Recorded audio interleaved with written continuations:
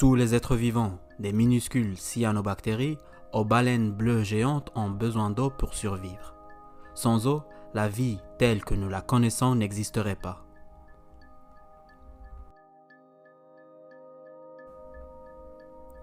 Depuis l'apparition des premières formes de vie animale multicellulaire il y a plus de 600 millions d'années, la Terre a connu plusieurs extinctions de masse. Mais certains animaux ont réussi à traverser l'histoire, à s'imposer et à se faire un nom.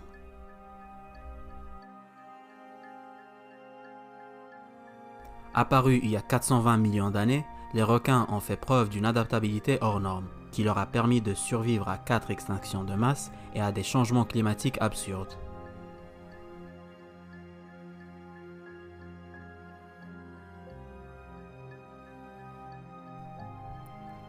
Sa capacité d'adaptation peut se voir dans son alimentation, son mode de vie, son habitat, sa méthode de chasse, sa forme et plusieurs autres choses. Dans le règne animal, on peut trouver toutes sortes d'animaux. Certains s'imposent avec leur charisme,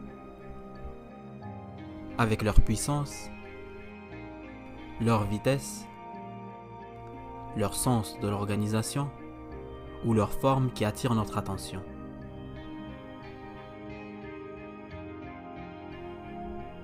Tous les gens qui savent ce que c'est un requin connaissent le requin marteau, malgré le fait qu'il n'en reste pas plus que 200 individus pour certaines sous-espèces.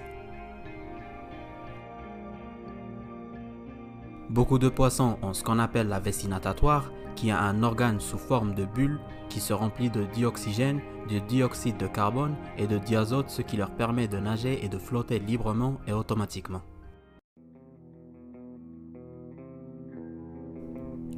La composition des gaz varie selon l'espèce et selon la profondeur aussi.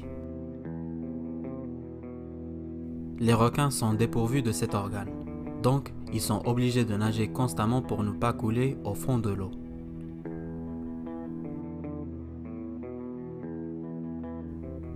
Leur squelette est fait de cartilage moins dense que l'eau, ils ont donc moins de difficultés à se maintenir que s'ils étaient osseux.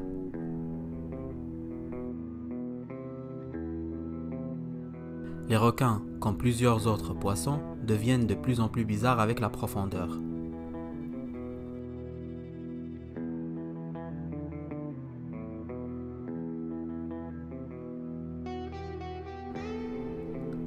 Certains traits physiques changent, comme les fentes branchiales qui passent de 6 à 7, parce que dans les abysses, il y a moins d'oxygène dans l'eau.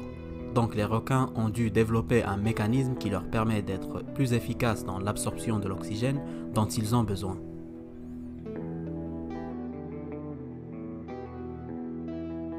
Quant au requin marteau, la théorie actuelle est que la forme bizarre de sa tête lui donne un meilleur champ de vision et un meilleur odorat, ce qui lui permet d'avoir une meilleure lecture compréhensive et analytique de son environnement.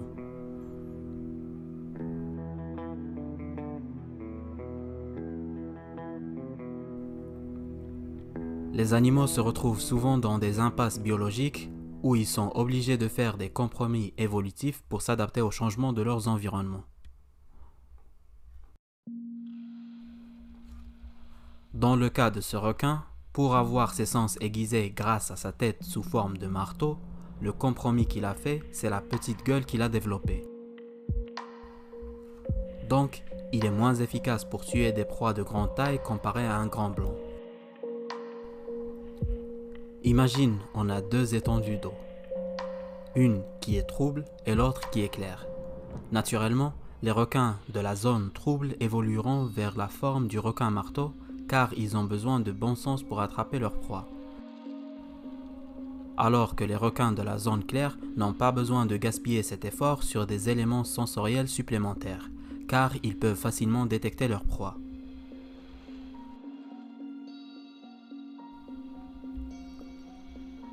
La tête du requin marteau dispose d'un capteur électromagnétique très sensible qu'ils utilisent pour attraper leur proie cachée sous le sable. C'est comme si la tête large était une antenne géante.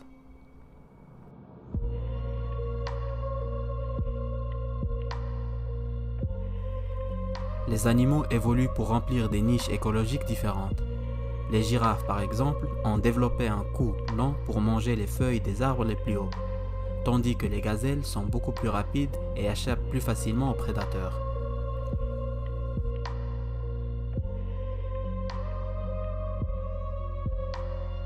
L'évolution ne pousse pas chaque animal vers une apparence particulière.